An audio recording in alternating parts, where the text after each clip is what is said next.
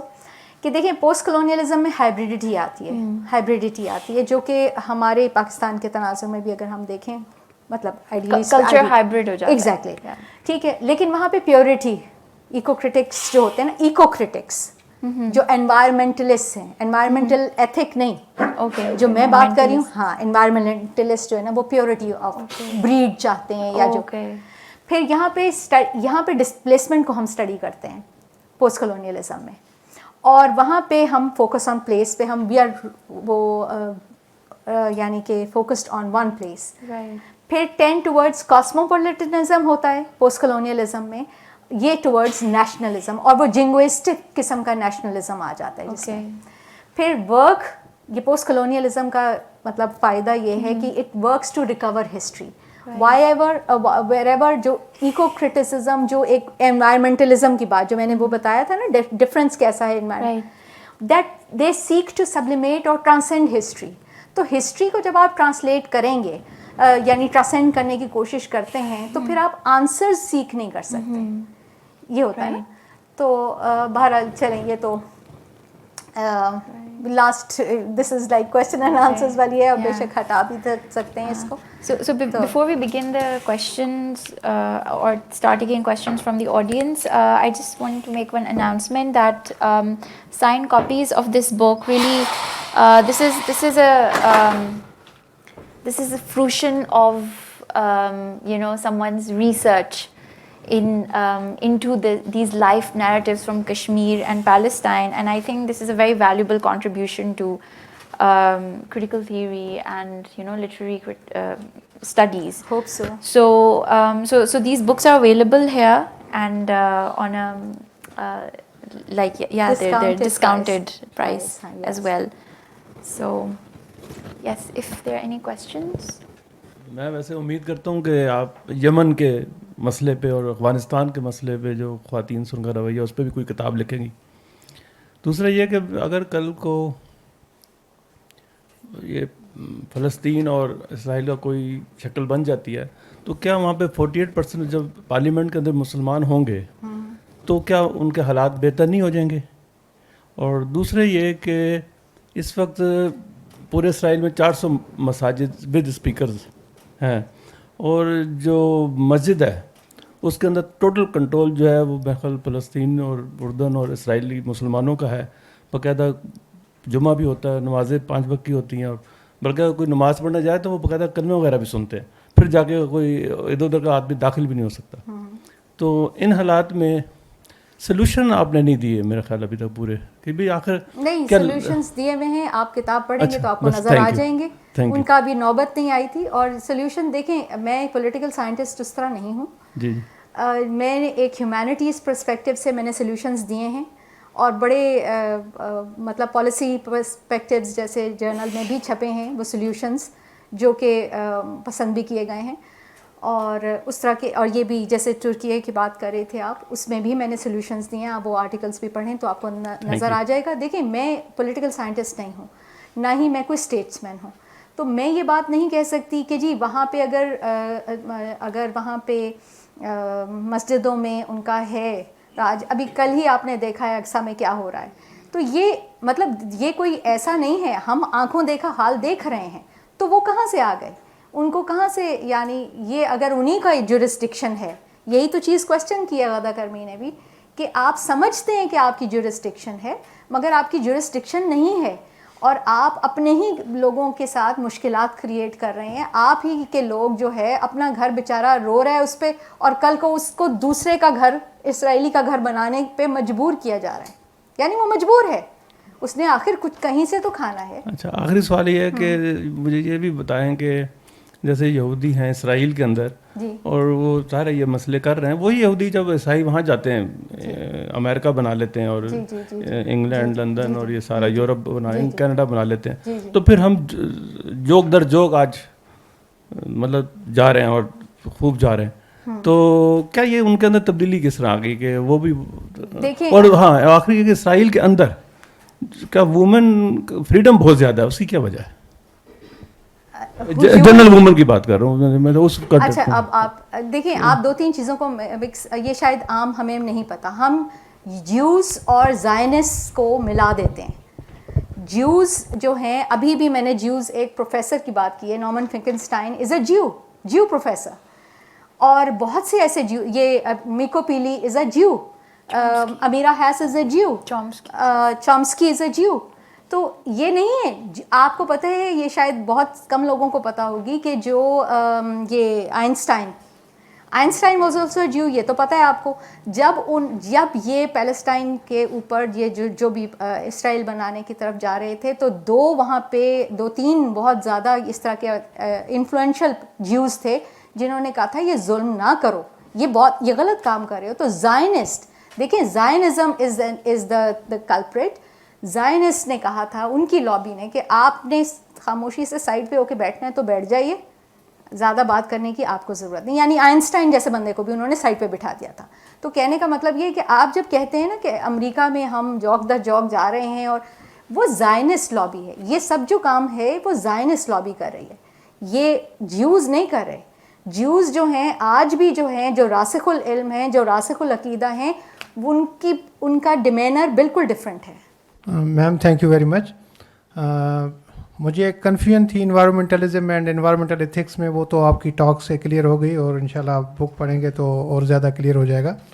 سوال یہ پیدا ہوتا ہے کہ آکیوپائڈ لینڈس میں, یعنی جس طرح سے کشمیر اور فلسطین ہے, ڈسپیوٹیڈ لینڈ میں, وہاں انوائرمنٹل ایتھکس یعنی یہ کس طرح سے ریلیٹڈ ہیں؟ ہم ایتھکس کی بات ڈسپیوٹیڈ ایریاز میں کس طرح سے اس کو جسٹیفائی کریں گے؟ ٹھیک ہے. اچھا دیکھیں, آپ نے بہت سارے دیکھے ہوں گے یہ میس گریوز, ٹھیک ہے, آپ بوسنیا اور وہ سب, یہ بہت اب یہ وہ کہیں بھی آپ چلے جائیں, آپ کے انوائرمنٹل ایتھک کا مطلب یہ ہے کہ ایک اس زمین جیسے ایک ماں کی طرح ہوتی ہے. ضروری نہیں یہ بارڈرز تو بارڈرز ہیں, مگر ماں کی طرح ہے وہ, اور اس میں آپ اس کو حق دے رہے ہیں کہ نہیں, ٹھیک ہے, اور اس میں آپ کہتے ہیں ہاں میں تو بہت زیادہ دے رہا ہوں حق, لیکن آپ نے اپنے نیبر کے سارے چیزوں کے اوپر قبضہ کر لیا ہے, اور اس پہ کتے بھی چھوڑ دیے ہیں کہ وہ وہاں سے چلا بھی جائے. تو مجھے بتائیں کہ میں صرف انوائرمنٹلزم کی یہاں پہ بات کروں گی کہ کیا مجھے چاہیے کہ پھر میں ایتھیکل بات کروں کہ بھائی آپ بھی بات کریں انوائرمنٹ کو اچھا کرنے کی, لیکن اس کے کندھوں پہ اس کو مار کے نہیں, دوسرے کا قتل کر کے نہیں. سمجھ رہے ہیں نا؟ تو یہ ہے انوائرمنٹ. بیسکلی انوائرمنٹل ایتھکس ہے ہی یہی چیز. اور یہ جو میں نے جس تھیرسٹ کو لیا ہے, ڈین کرٹن, مزے کی بات یہ ہے کہ اس نے گاندھی اور ان کے نیریٹو کو سامنے رکھ کے تو وہ لکھی ہے کتاب, اور گاندھی وہاں پہ وہ نیریٹ کرتا ہے. امبیڈکر آپ کو پتہ ہوگا کہ جو دلتس کا, اور وہاں پہ بسٹ بھی ہے اس کا نا, لیمن لائبریری میں اس کا بسٹ بھی ہے, بیکاز اس نے وہاں سے PhD کیا تھا, تو کولمبیا سے ہی. تو میں کہہ رہی ہوں ایک سے ایک وہ چیز. لیکن بہرحال امبیڈکر وہ کیا کہتا ہوتا تھا, ہری جن. گاندھی اس کو یہ کہتے ہوتے تھے, ٹھیک, لیکن اس نے آگے سے اپنا نام دلت کا مطلب ہوتا ہے ریزسٹ کرنے والا. اس نے کہا مجھے ہری جن مت کہو, میں ریزسٹ کرنے والا ہوں کیونکہ آپ لوگ ظلم کر رہے ہیں ہمارے پہ. تو یہ جو چیز ہے, اب یہاں پہ مجھے بتائیں, پھر یہ انوائرمنٹل ایتھک کی بات آتی ہے نا. آپ اگر وہ کہیں کہ جی ایک ہی کاسٹ رول کرتی رہے گی, اور ابھی اس نے بلکہ بشارت پیر کی نئی جو ایک اور کتاب تھی جو بعد میں ابھی آئی ہے, اس میں یہ لکھتا ہے, ورمیولا کی اس نے مثال دی ہے. PhD کا اسکالر تھا, بیچارے کو اسٹائپینڈ مل رہا تھا, اپنی ماں کو بھیجتا تھا وہ, لیکن اس کو اتنا اس کا ناطقہ بند کیا گیا کہ اس کو he committed suicide, and this is again on record. تو یہ چیز ہے. تو انوائرمنٹل ایتھکس کا یہ مطلب ہے کہ آپ نے انوائرمنٹ کو اچھا کرنا ہے, مگر ایتھکس کو ملحوظ خاطر رکھ کے. تو آئی ہوپ کہ اچھا, میں نے یہ پوچھنا تھا کہ کیا آپ کو ٹریول کرنے کا اتفاق ہوا ان دونوں جگہوں پہ؟ نہیں, یہاں پہ میں تو پاکستانی ہوں, میں نے انڈین ہیلڈ کشمیر میں کیسے جا سکتی تھی, لیکن ان دونوں جگہ پہ نہیں گئی ہوں. لیکن اسی لیے تو میں نے یہ, ہم لوگ جیسے کہ ہیومینٹیز کے جو اسکالرز ہوتے ہیں وہ, آپ جیسے اگر کوئی اسٹیٹسٹکس کی کرتے ہیں, اپنی ریسرچ کرتے ہیں, یا اپنی کوئی بھی اور مینجمنٹ سائنسز کی کسی کی بھی ریسرچ کرتے ہیں, تو آپ کیا کرتے ہیں, آپ کویسچنیئرز بانٹتے ہیں لوگوں کو, ایسے ہی کرتے ہیں نا, ایک سیمپلنگ ٹیکنیکس ہوتی ہیں فلاں. تو ہمارے ہیومینٹیز میں ہمارے جو ہم رائٹرز ہوتے ہیں, جو رائٹرز ہم نہیں, مطلب رائٹرز جو ہوتے ہیں, میں تو نہیں رائٹر اپنے آپ کو کہتی, مگر رائٹرز جو ہوتے ہیں وہ بیسکلی بہت گہری چیز کو دیکھ کے اور وہ اس کو لکھتے ہیں. اور پھر آپ دیکھتے ہیں کہ بہت سے رائٹرز جب ایک ہی بات کہہ رہے ہیں تو ہمارے پاس وہ ہمارا سیمپل وہاں سے بنتا ہے. یہ جو آپ کہہ رہے ہیں نا کہ آپ وہاں جا سکتے, تو میری کہاں مجال کہ میں انڈین ہیلڈ کشمیر میں جاؤں یا پیلسٹائن میں جاؤں, میں تو پاکستانی ہوں. تو اس لیے میرا جانا تو نہیں ہوا, لیکن یہ سارا ایکسپیرینسز. ہاں جی. Dr. Rabia, thank you very much for, in writing such, lovely book. Thank you. So I'm, looking forward to reading it. لیکن دو, چیزیں I would like I mean your comment on.